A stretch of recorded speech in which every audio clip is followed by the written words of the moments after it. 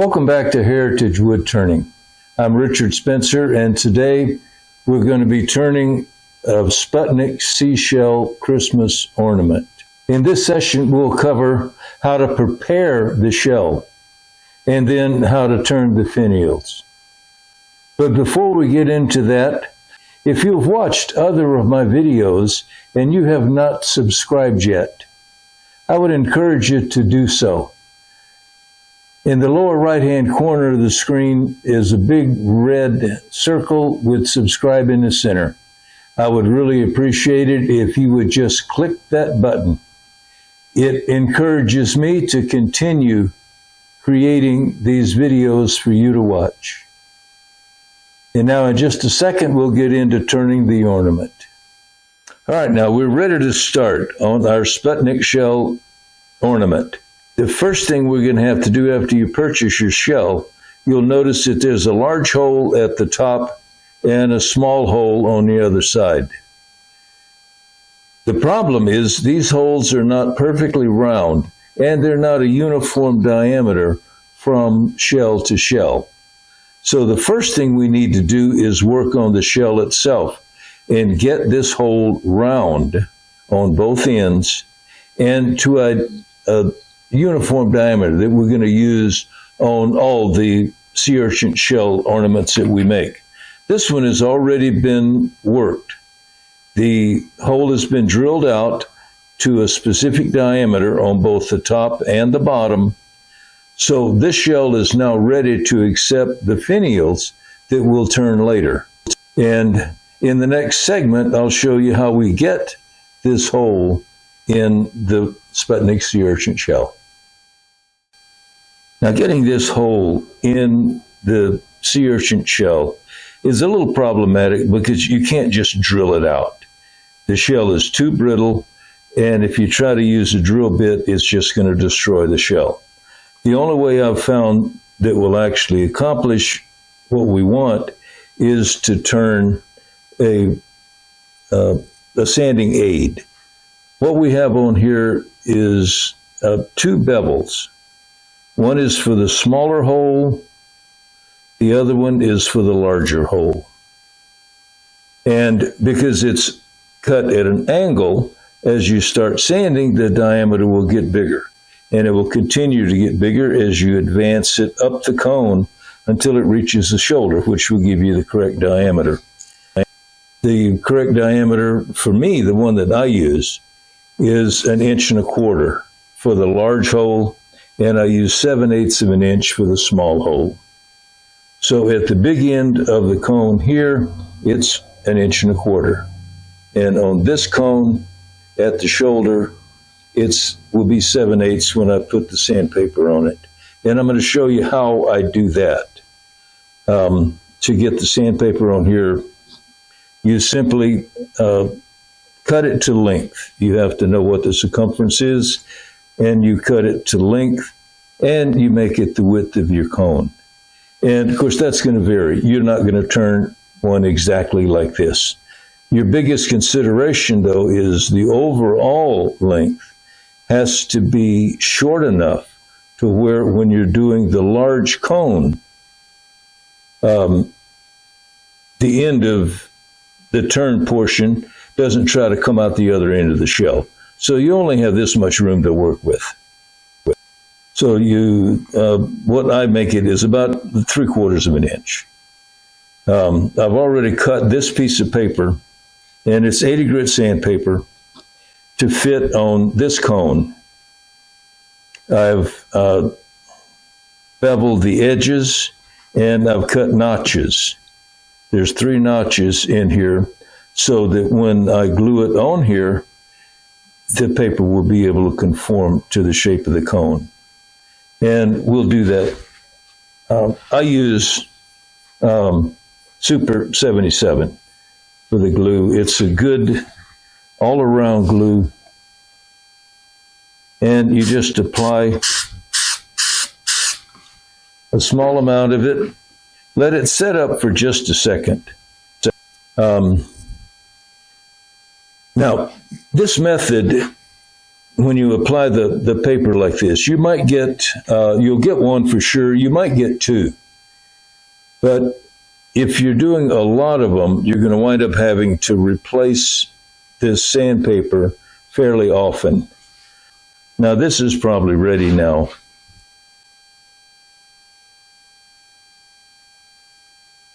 We just make sure that it's butt up against the shoulder.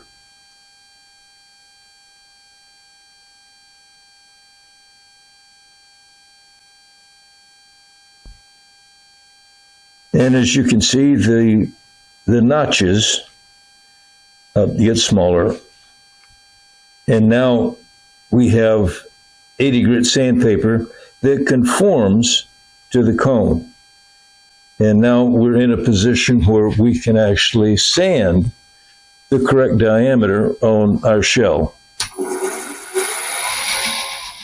Now you want to slow your lathe down to about 500 RPMs. You don't want to generate a lot of heat. If you apply a lot of heat, it will have an adverse effect on the glue that you've used. So you just start this holding it straight.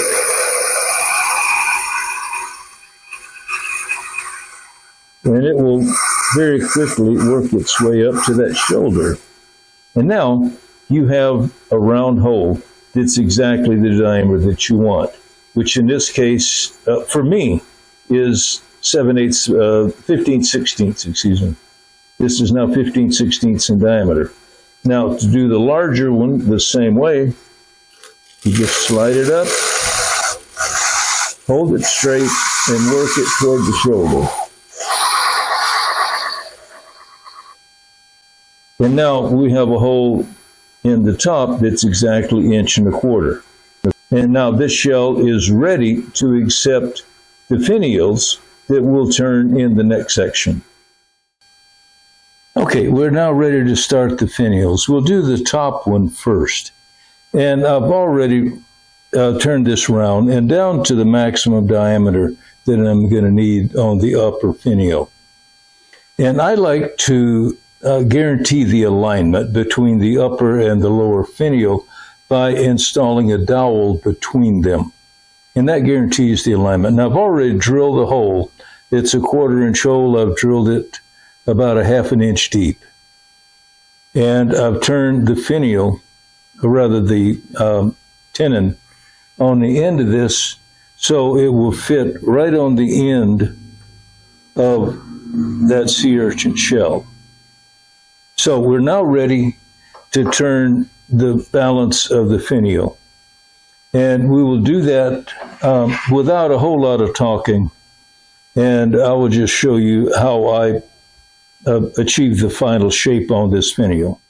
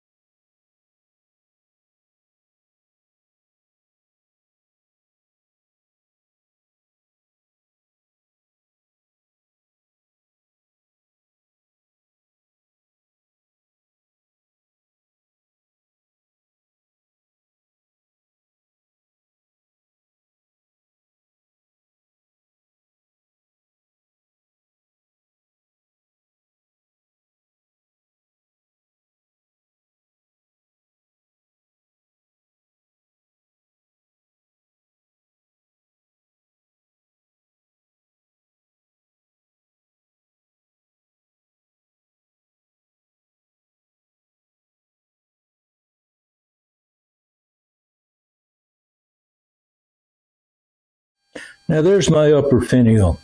I'm going to leave it attached until I can get it sanded, and once I sand it, I'll just part it off. And I'm not going to expect you to watch me sand it, so I will do that, and I'll get right back to you in the next segment. Well, now, as luck would have it, while I was sanding, I broke the finial off from the base. My first mistake was that I got it too thin over here, so it didn't take much pressure to break it off. Now the problem is this still is not sanded, so we need to find a way to hold this and finish sanding it. Now the best way to do that is with a different chuck that will hold a smaller diameter. So by chucking the finial up on the tenon, now I can sand it just as well as I could have the other way. So I'm going to go ahead and do that, and then we'll continue then with the lower finial. Well, now I've finished the sanding on the upper finial. It's now ready to buff, and it's a good fit. We've got the hole in here for the dowel. I've cut the dowel to length so I can show you exactly how this works. You just insert your dowel in, and you can glue it in once you're ready to make it permanent. This will slide over that tenon, and then you're not putting any glue on the seashell. You're putting all of the glue on the dowel, and you're gluing the two finials together with the seashell in the center. And I think that's a very accurate way to line them up. Now, I've already turned the lower finial to the maximum diameter that we're going to need. And I've turned the tenon, and as you saw, I drilled a hole. So this one is ready to actually shape. Since it's a bit longer than the upper one, I'm going to use a little support at the end. I can use a cone-shaped live center inside the hole, and that will give me the support that I need on this end. And now we're ready to actually turn.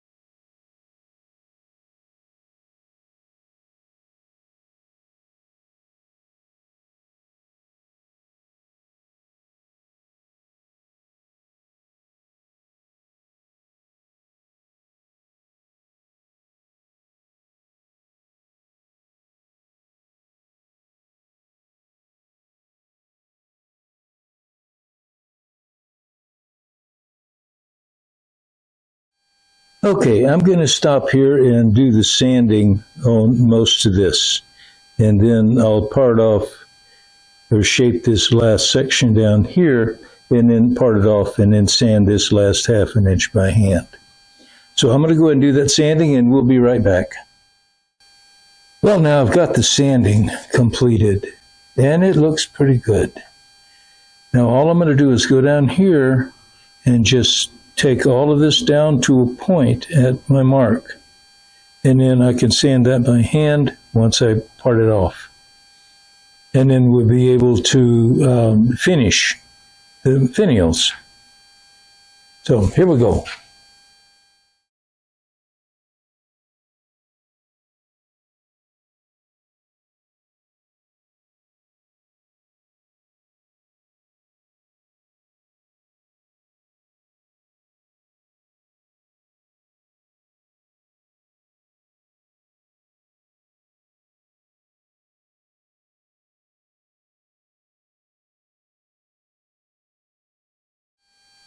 Okay, now I've got that all completely finished except for that last part up at the front.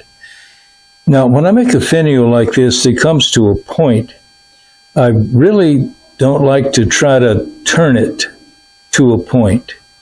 Number one, it turns into a weapon, and I just really don't want quite that degree of sharpness. So what I do is I take a spindle gouge, and I will part this off at about a 45-degree angle, right at the thinnest part. And it'll put just a small, like, arrowhead at the end of it. And it still looks like it comes to a point, but it really doesn't. And to me, it's better than trying to take the whole thing down to a point. So here's how it works.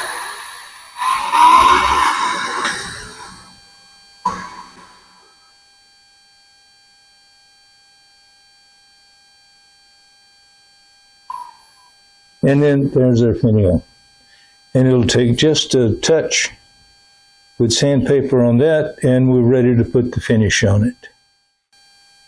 Now, when it comes to finishing the finials, you have several choices. You could spray something on it. You could wipe it with an oil finish. You've got a lot of different options. Now, for me, on something like this, I prefer a kind of a minimum finish. I don't want to appear to have any kind of thickness at all.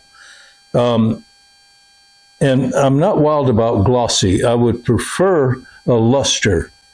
And what I use to accomplish that kind of finish is a series of buffing wheels. They're manufactured by the Deal Tool Company, and I don't have any association with them, and I certainly don't get paid to talk about them, but I use this system a lot. And it's a series of 3 wheels and 3 different compounds. And I just put it in a Jacob's chuck in the headstock. It rotates at about 1600 RPMs. It doesn't take much of the compound. And it's just a matter of applying the compound. I've sanded this to 600 grit, so it's already pretty smooth. And the triple E finish on this first wheel will continue to essentially sand it down a little bit more. And as you can see, it begins to take on a luster. And I'm just going to go ahead and finish this, and then we'll talk some more about the second wheel.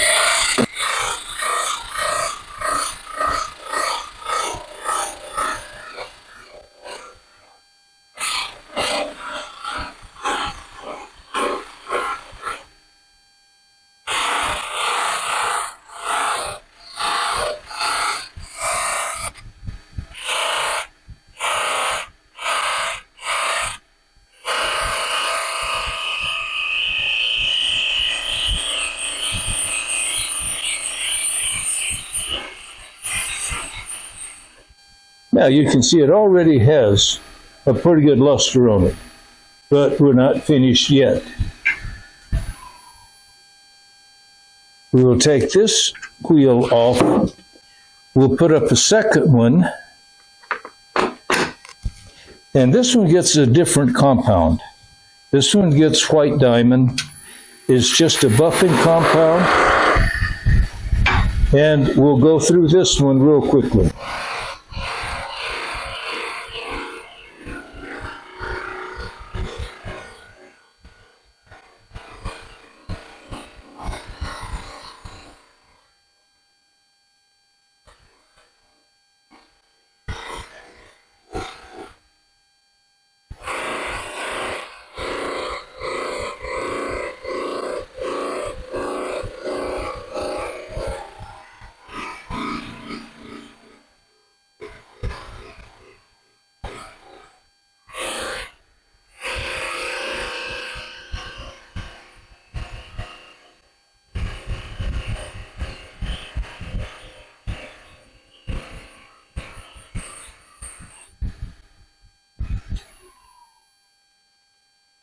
Now, you can see it has an even higher luster to it now.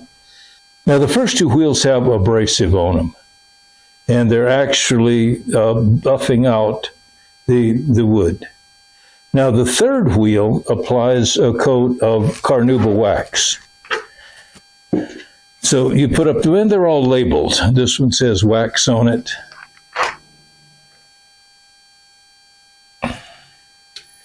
And you take a bar of solid carnauba wax and just apply a little on the wheel, and then it will transfer it to the piece.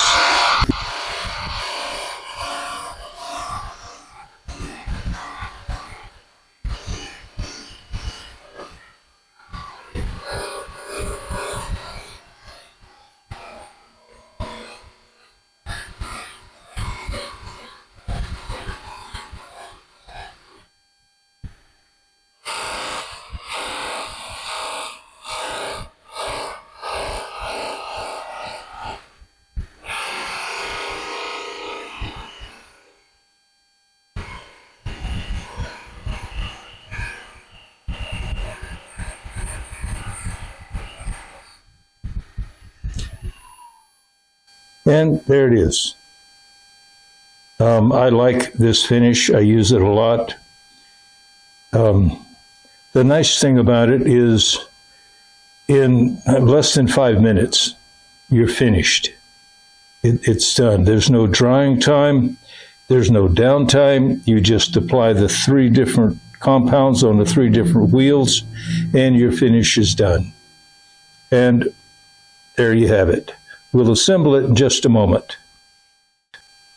Okay, now assembling this Christmas ornament is pretty straightforward. I've already cut the dowel to length, and I can't really tell you how long to make it. It depends on the thickness of your sea urchin seashell. So you would just glue this in place, put some glue on this end, then you just slide it on, find the dowel with a hole in the top piece, press them together, and set it aside. And that is all there is to it. I hope you enjoyed this particular video. I enjoyed making it. If you did enjoy it, I ask that you would subscribe to the channel. It just encourages creators like me to keep making videos for you to watch. So I'd appreciate it if you'd do that. And thanks for watching, and we will see you in the next one.